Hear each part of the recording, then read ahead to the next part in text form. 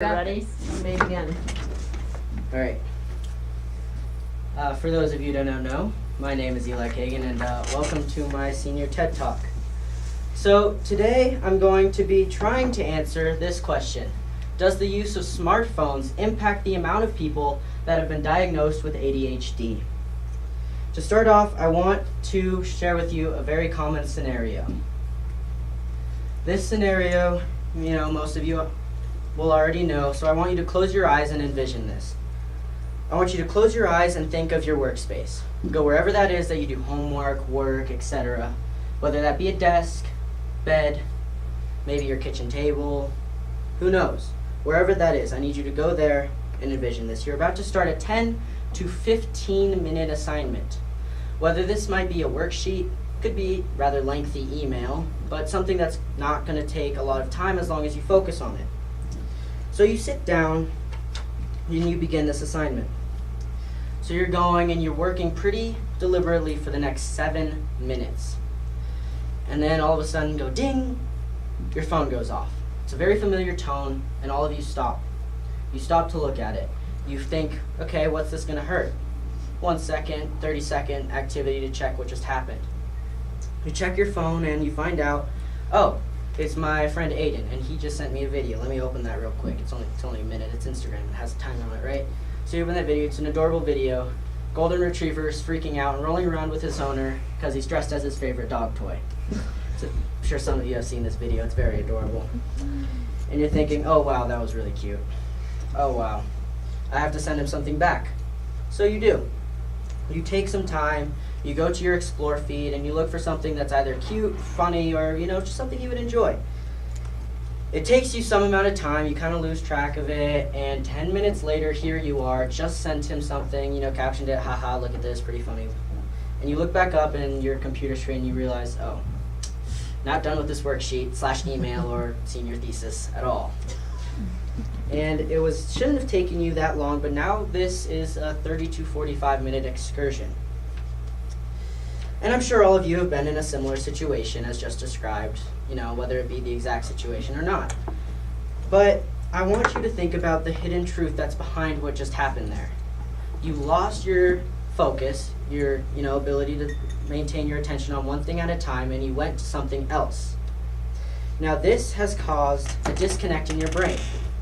This disconnect is decreasing your attention span. Each time you get distracted, you lose some attention and you lose some focus. And lack of focus and attention span are both symptoms of ADHD. And I'm going to come back to the statement I just made that people are becoming more disconnected and have less attention span and less focus. There's a lack of focus. And I'm going to come back to that statement in a second. But right now I'm going to talk to you about ADHD. ADHD, I'm sure some of you are familiar with, is attention deficit hyperactivity disorder. It is the most commonly diagnosed psychiatric illness according to the National Institute of Mental Health, and it's an illness that affects your ability to focus, basically. Symptoms include impulsivity, inattention, and hyperactivity. And these symptoms are important to keep in mind because this is how ADHD is diagnosed. So ADHD is not like other diseases where you can just go get your blood drawn or maybe take your temperature, to see if you have it. It's something that's diagnosed through kind of a tedious process. Sometimes it's a process of observation, and then, there's some tests at the doctor's office you take to see if you really have it. Now, generally it's your parents that will see it in a student that, you're not focusing on your homework. But maybe sometimes it's a teacher that will relate to the parent, hey, your student's fidgeting a lot in class and I can tell he's not really focused on the material, and it's noticed from generally a younger age. So this, lack of focus, and and so you go to the doctor because of this, right? Oh, he has a lack of focus, we should get him tested for ADHD, because it's kind of the first thing that comes to mind to your parent's head or, your teacher's head, because it's pretty common. And because of this, people have been going more and more recently, and we've seen a 42% increase within the last 10 years of ADHD diagnosis.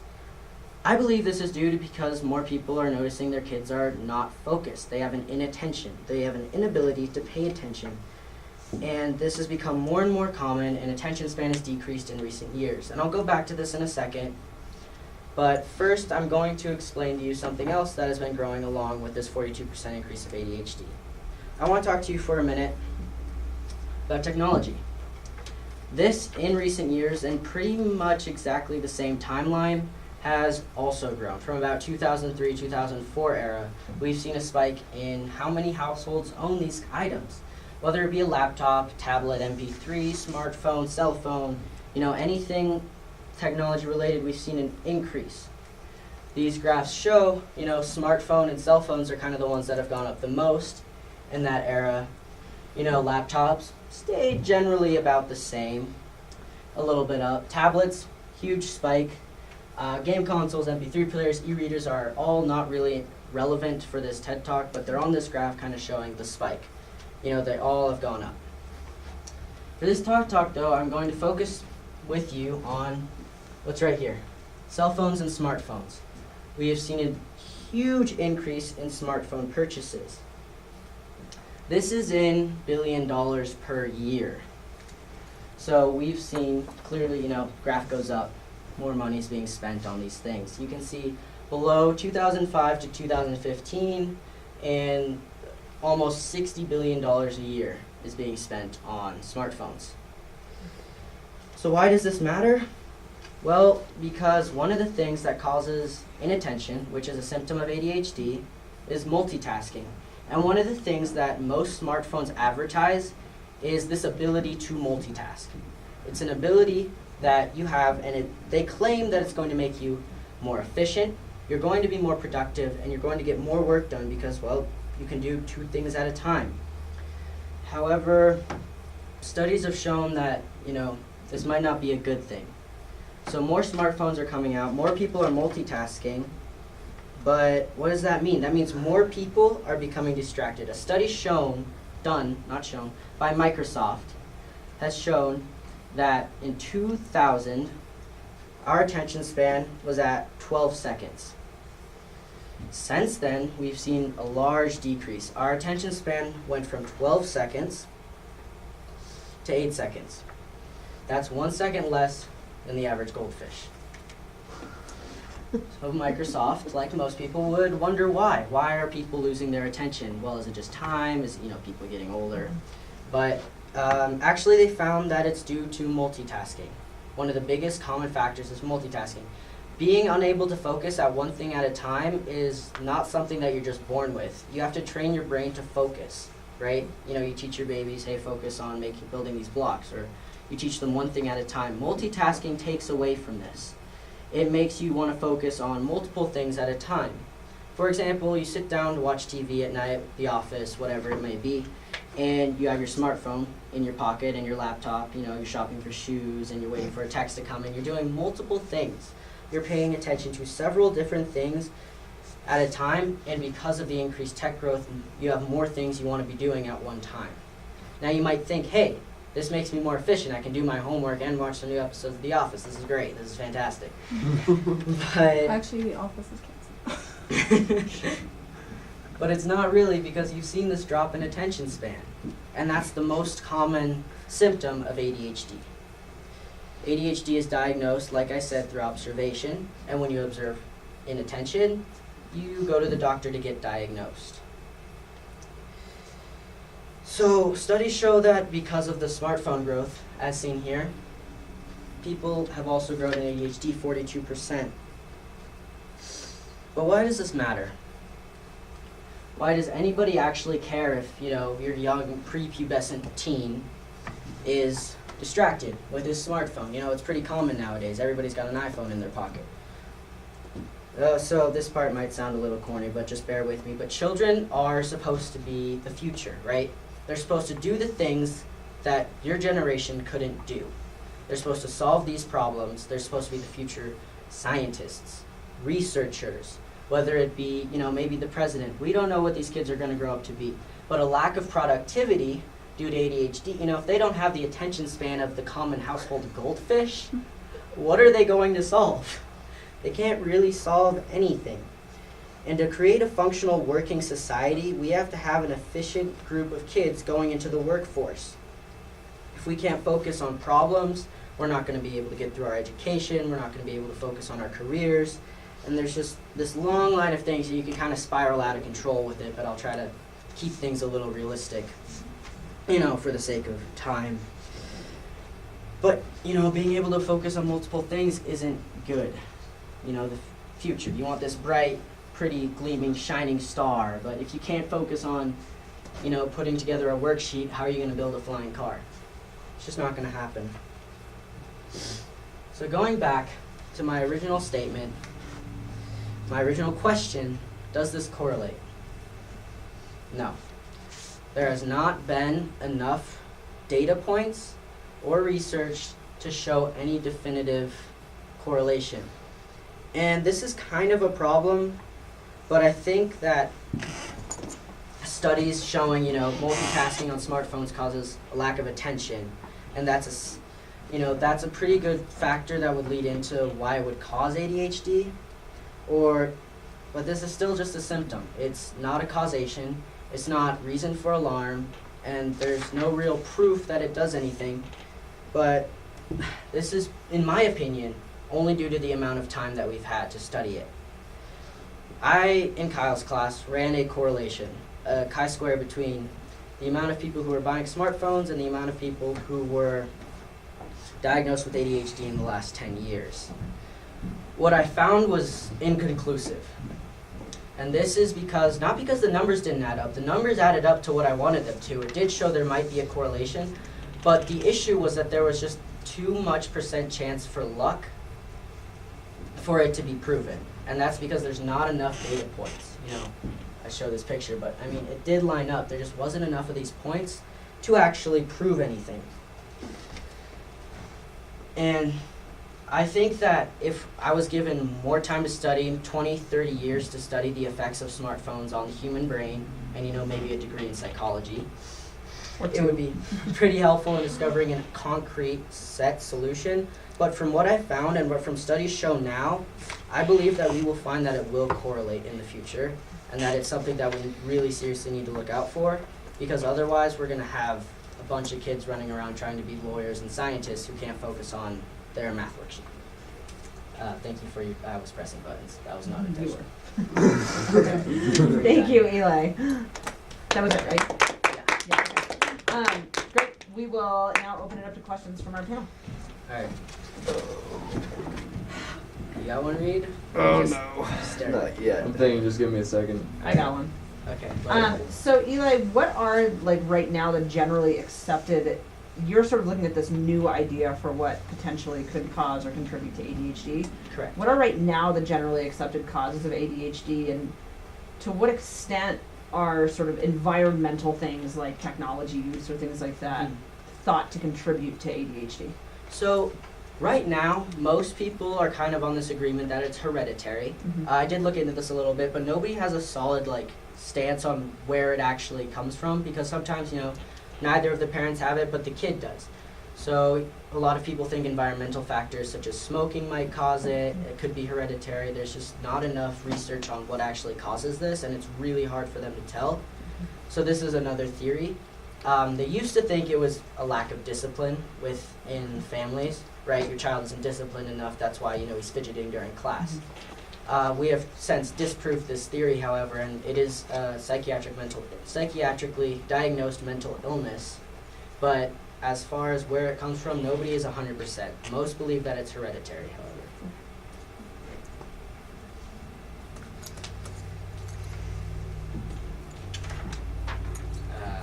Oh, come on, Pam, you're going to make me do all Okay. this? Jules? After studying this, do you catch yourself going on your phone more and trying to resist that in a way, I Are guess? you a goldfish, Eli? Yeah.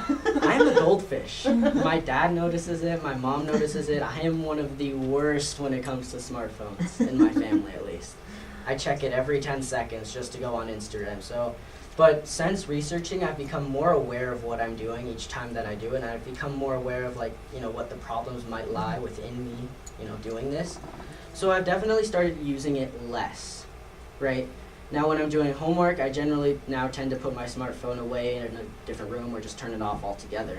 just because it buzzes and distracts me. And I don't want to think that I have less attention than a goldfish. So because of this research, I've been using my phone a lot less when I'm doing things like homework and working. However, I still use it a lot. You're up to like hamster level of attention span now? Yeah, maybe hamster Okay. on a wheel, tops. I was curious too, are there symptoms of ADHD that are not associated with technology use? There's hyperactivity, which basically means you're fidgety, you want to get moving, and that was not seen as a symptom of technology use, just because like your technology isn't making you want to twitch more. It's not making you need to fidget more or move more. So that's one that's kind of like up in the air of like, well, ADHD also includes this, so how could smartphones cause it? And that's one of the things that was like throwing back on my research a little bit. But I found that because that's just one symptom of ADHD, it didn't really conclude to anything substantial. Kaylee, you look like you had a question. Do you think we should start limiting children on how much on if they can have their phones or not while studying? Because I know like when I was a kid, like I didn't get my smartphone until I think my sophomore year. Instead, I had a flip phone, and it was only good for calling. So do you think we should start doing something like that to kids that aren't in high school yet? Or do you think we should just keep all the way through? Well, because I've seen this problem firsthand, because I've seen, I do believe you're right, there should be regulations on like our children owning smartphones, but that's kind of up to the parents' decision.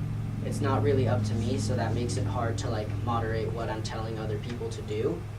Personally, I believe there's too many negative effects of using technology at a young age for people to be wanting their kids to use a smartphone. And my parents felt the same way. I didn't get a smartphone until I was in freshman year of high school too.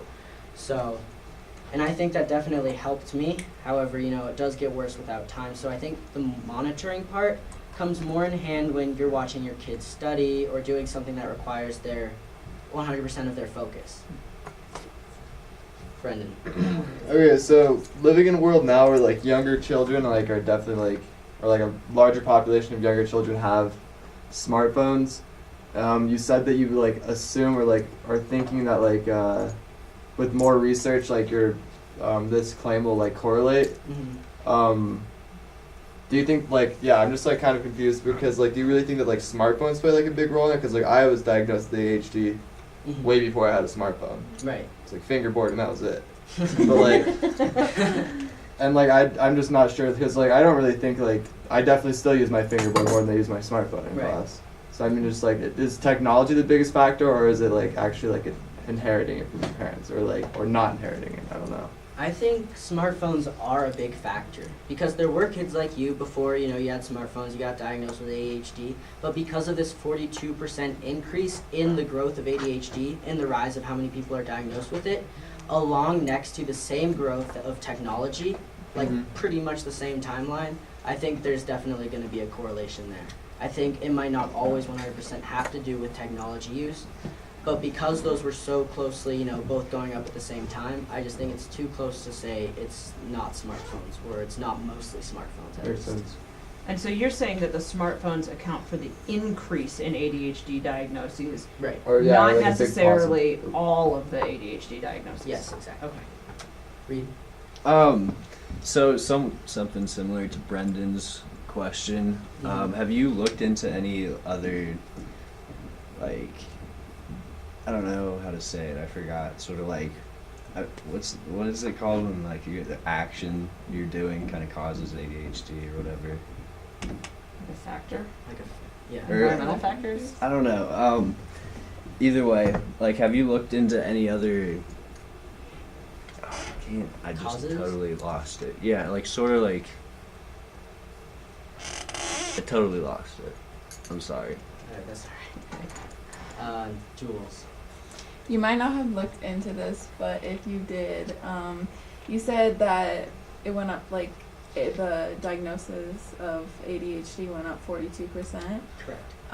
And that kind of stuff is usually treated with, medication and stuff Right. like that, which can, be harmful to take medication because it messes with, your dopamine levels and stuff like that if Right. you don't actually have the disease. So have you seen repercussions of that or how taking medication? I maybe didn't also actually too? look into that specific question, but I do know from personal experience, my cousin was diagnosed with ADHD when he didn't actually have it. And the pills that he was given, I don't exactly remember, what they were called, but they did kind of put him into this depression because they messed with his dopamine levels. They were too much of a downer to dampen, the hyperactivity. So they did kind of put him in this depression, I remember, and he got almost suicidal for a little while there. And it was like really hard to watch. So I think there are a lot of negative effects that could go with, misdiagnosis, right? If they have similar effects on different people, but I didn't actually look into that too much. I only know from personal experience what could happen, not maybe what will always happen.